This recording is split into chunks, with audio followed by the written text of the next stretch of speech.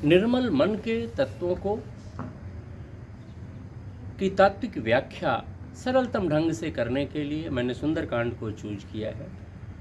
वह लेकिन एक चीज़ तो ध्यान रखने जैसी है कि निर्मल मन कर लेना ये संसार की सबसे बड़ी उपलब्धि है, और इसको करने से हमें स्वयं भगवान मिलते हैं।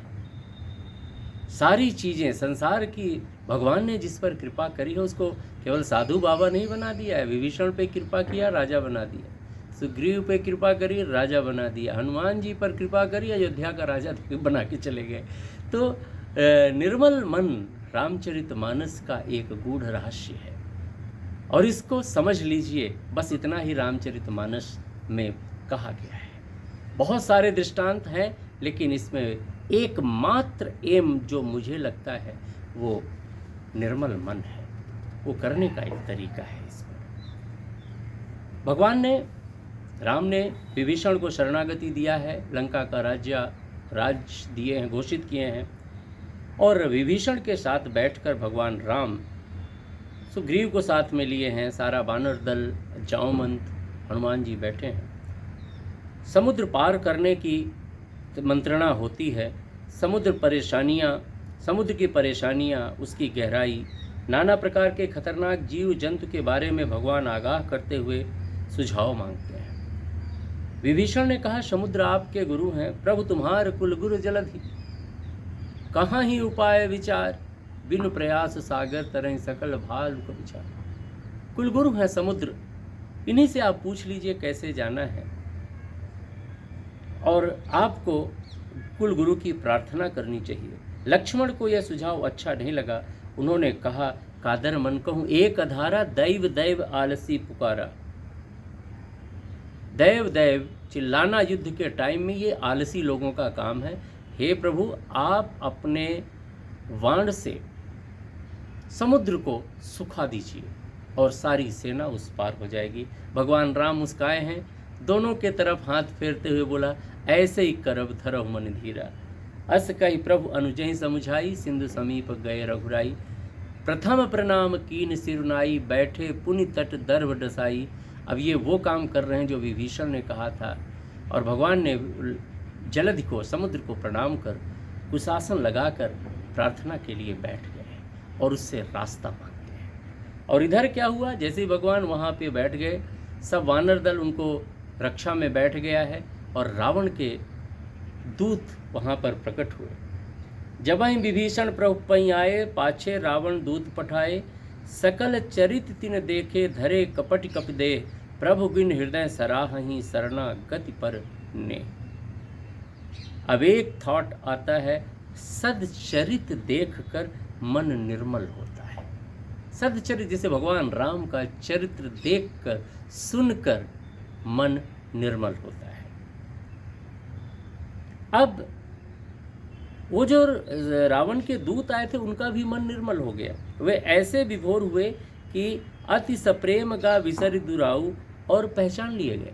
उनका कपट वेश हट गया। ये राम का प्रभाव है कि जो कपटी मुनि कपट वेश में भगवान राम का नाम जपेगा ना, उसकी असलियत संसार में आती ही है। यही भगवान राम का प्रभाव है। वानर लोग उन्हें सुग्रीव के पास लाए, उन्हें वानर प्रताड़ित करने लगे। जब दूत बचने के लिए राम की शपथ दिलाने लगे तो उन्हें लक्ष्मण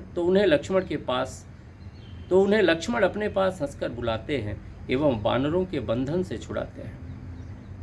लक्ष्मण रावण को संदेश भेजते हैं, कहो मुखागर मूढ़ सन मम संदेश उदार, सीता देव मिलौ नत आवा काल तुम्हार। अब यहाँ पर एक थॉट आता है, निर्मल मन के व्यक्ति के पास आकर कपटी भी कपट करना भूल जाता है।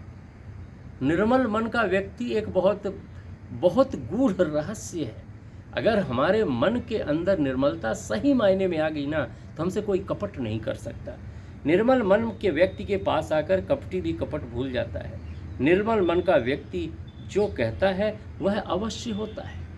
निर्मल मन का व्यक्ति बेवजह फ्यूचर की बात नहीं करता, लेकिन जो वो बोलता है वह होता जरूर है।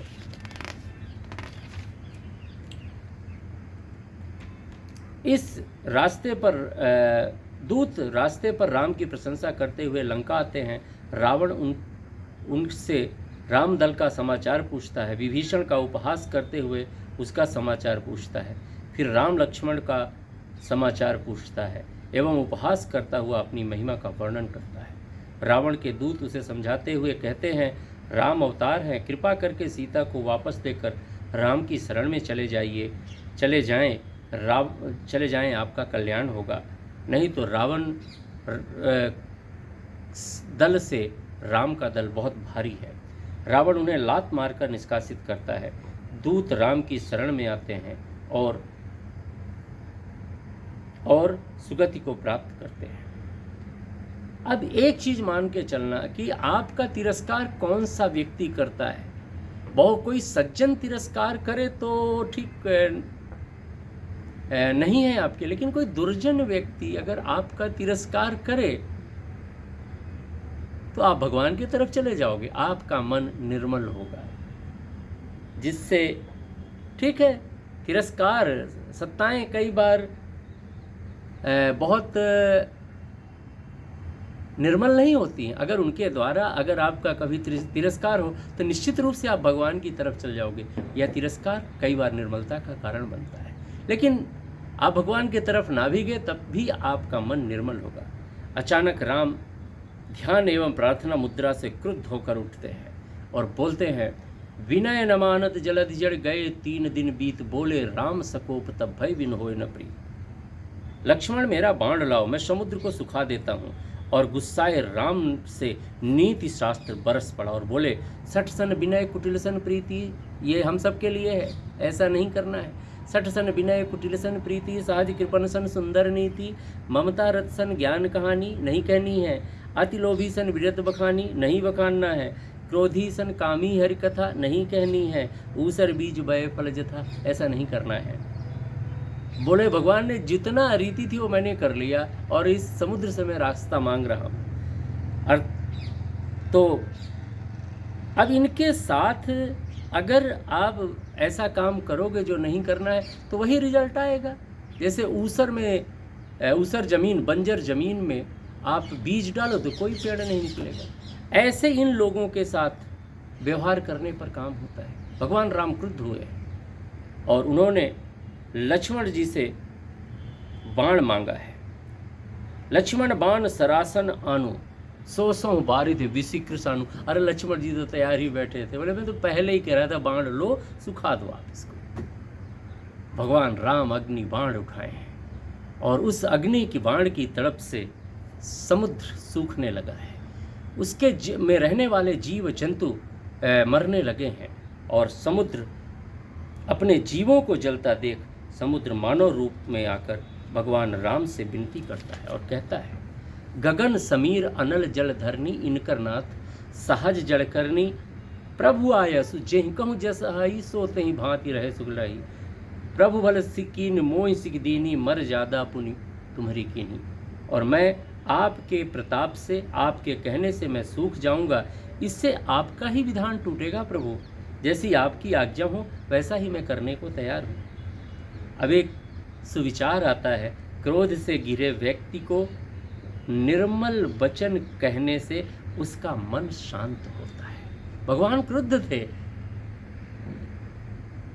और समुद्र उनसे विनती कर रहा है। प्रेम पूर्ण वाणी बोलने से मन निर्मल होता है और निर्मल भाव से कही गई बात भगवान को प्रिय होती है। भगवान राम शांत हुए। समुद्र की विनती भरी वाणी सुनकर भगवान राम मुस्कुराकर बोले, हे सागर, मुझे वह तरीका बताएं जिससे मेरा विधान भी ना टूटे और मेरी सेना सागर पार चली जाए। सागर ने नल नील द्वारा समुद्र बंधन का सुझाव दिया। इस बाण को उसने कहा कि ये जो बाण है इसको प्रभु यहीं सर मम उत्तर तटवासी, हतहु नाथ खल नर अघरासी। सुन कृपाल सागर मन पीरा, तुरत हरि राम रण धीरा। देख राम बल पौरुष भारी, हरसि पयो निधि भयो सुखारी। अब इसके बाद सुंदरकांड का समापन छंद है। निज भवन गवन उ सिंधु, श्री रघुपति यह मति भायऊ। यह चरित कलिमल हर जथा, मति दास तुलसी गायऊ। सुख भवन संशय सवन दवन विषाद रघुपति गुण गना तजि सकल आस भरोस गावहीं सुनहि संतत सठ मना सकल सुमंगल दायक रघुनायक गुणगान सादर सुनहि ते तरहि भव सिंधु बिना जल जान। भगवान रघुनायक का गुणगान करने से मन निर्मल होता है। मैं तो एक लाइन और कहूँ, सुंदरकांड का पाठ करने से मन निर्मल होता है। और जो लोग भगवान के गुणगान या सत्कर्मों में लगे रहते हैं वो भवसिंधु बिना किसी सहायता के पार कर लेते हैं। अब एक लाइन के थॉट पर फिर से आइए, मन निर्मल होगा तो सब कुछ होगा, सब कुछ अच्छा होगा आपके साथ अगर आपका मन निर्मल होगा। मन निर्मल होने पर आपका कोई प्रयास व्यर्थ नहीं जाता, जीवन के संघर्ष सहज लगते हैं। निर्मल मन के व्यक्ति से कुछ ऐसे विचार निकलते हैं जो पूरे समाज को सद्मार्ग पर चलने के लिए प्रेरित करते हैं। वास्तव में वसुधैव कुटुंबकम का विचार तभी सफल होगा जब दुनिया में सबका मन या अधिकांश लोगों का मन निर्मल होगा। तो ये निर्मल मन जन सो मोहि पावा, ये जो बुक मेरी थी उसका संक्षिप्त वर्जन मैं इन कुछ वीडियोज़ पर मैंने दिया है।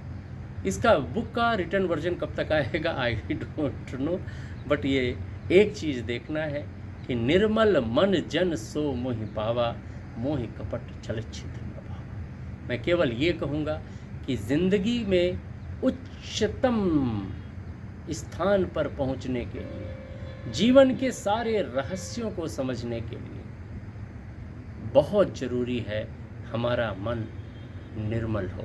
और निर्मल मन करने का एक मात्र तरीका अगर मैं एक लाइन में बोलूं तो राम के दिनचर्या को, राम के व्यवहार को, उनके कार्य करने के तरीके को आप जीवन में उतारें, आपका मन निर्मल होगा।